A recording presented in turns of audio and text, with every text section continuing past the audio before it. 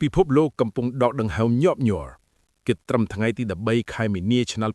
2026នេះព្យុះសេដ្ឋកិច្ចនិងសង្គ្រាមយោធាបានដើរមកជួបគ្នាត្រឹមចំណុចតែមួយ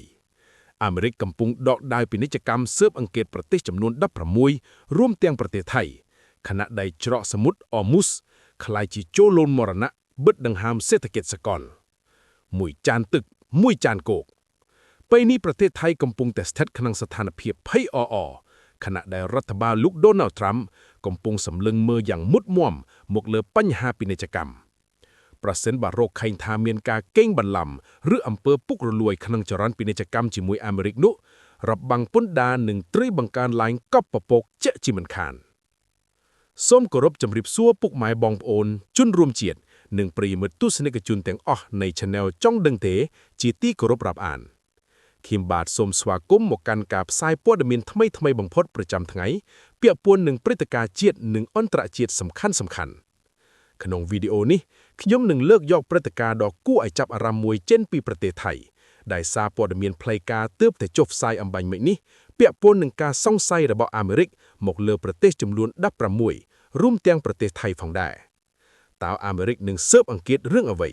ហើយប្រសិនបើលទ្ធផលចេញមកអវិជ្ជមានតើប្រទេសទាំងនោះនឹងត្រូវប្រឈមមុខនឹងវិធានការក្តីបែបណាខ្លះពីសំណាក់មហាអំណាចអាមេរិក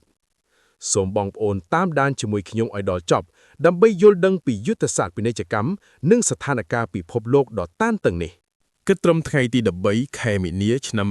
2026នេះពិភពលោកកំពុងធ្លាក់ចូលទៅក្នុងភាពតក់ស្លុតជាខ្លាំងការចាប់ផ្ដើមស៊ើបអង្កេតរបស់សហរដ្ឋអាមេរិកទៅលើការអនុវត្តពាណិជ្ជកម្មមិនយុត្តិធម៌បានក្លាយជាចំនួនកណ្ដាលនៃភាពចម្រូងចម្រាសខណៈដែលរដ្ឋបាលលោក Donald Trump បានប្រើប្រាស់អាវុធពាណិជ្ជកម្មដើម្បីដាក់សម្ពាធលើដៃគូរបស់ខ្លួន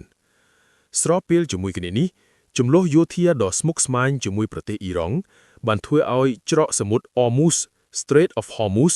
ក្លាយជាជលងមរណៈការបិទគប់ច្រកសមុទ្រនេះបានធ្វើឲ្យការផ្គត់ផ្គង់ប្រេងប្រមាណ1/3នៃពិភពលោកត្រូវគាំងជាប់ដែលរុញច្រានតម្លៃប្រេងឲ្យហក់ឡើងដល់$100ក្នុង1បារ៉ែលជាថ្មីម្ដងទៀតការវាយប្រហារលើរោងចក្រថាមពលនិងនាវាដឹកប្រេងដូចជាករណីនាវា Mayurinari ដែលបណ្ដាលឲ្យបាត់ខ្លួននាវិកថៃ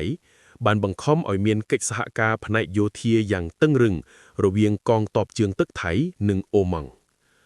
បច្ចុប្បន្នប្រជាជននៅទូទាំងទ្វីបអាស៊ីចាប់ពីប្រទេសចិនរហូតដល់ជប៉ុននិងហ្វីលីពីនកំពុងរងគ្រោះដោយវិបត្តិថាមពលធ្ងន់ធ្ងរ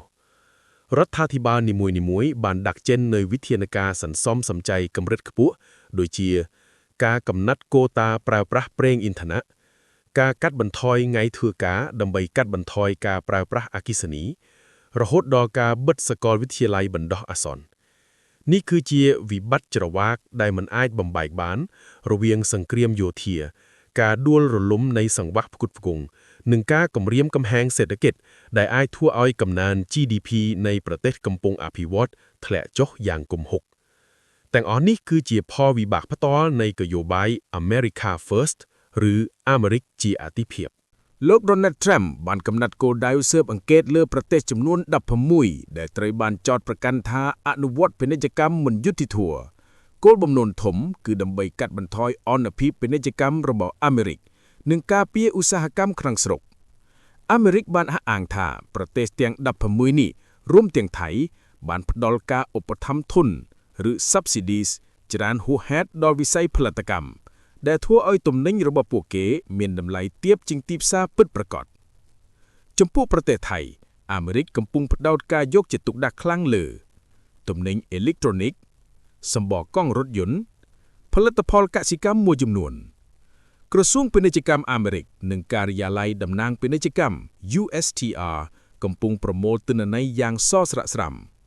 ដំណើរការវាយតម្លៃនេះត្រូវបានរំពឹងថានឹងបញ្ចប់នៅដើមរដូវក្តៅ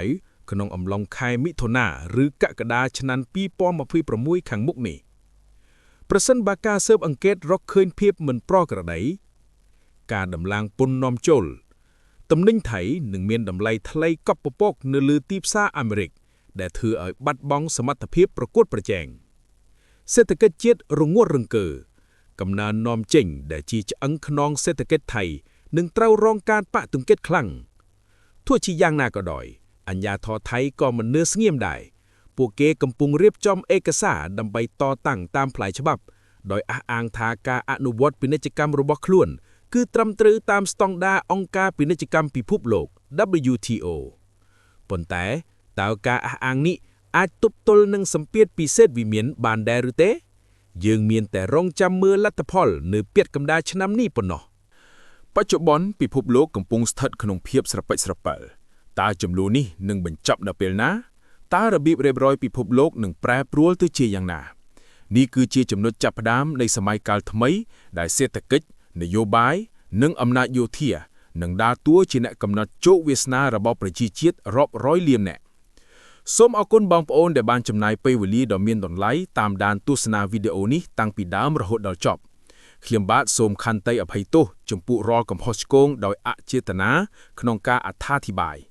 បន្តិចទៀតនេះយើងនឹងវិលមកជួបគ្នាជាមួយព្រឹត្តិការណ៍ថ្មីៗបន្ថែមទៀតជាពិសេសស្ថានភាពក្តៅគគុកនៅមជ្ឈមបូព៌ា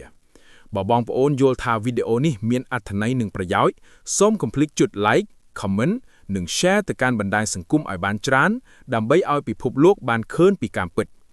ជាពិសេសសូមកុំភ្លេចចុច subscribe និងដាក់រូបកណ្ដឹង Channel ចង់ដឹងទេដើម្បីទទួលបានព័ត៌មានអាប់ដេតរាល់ថ្ងៃសូមអរគុណនិងជម្រាបលា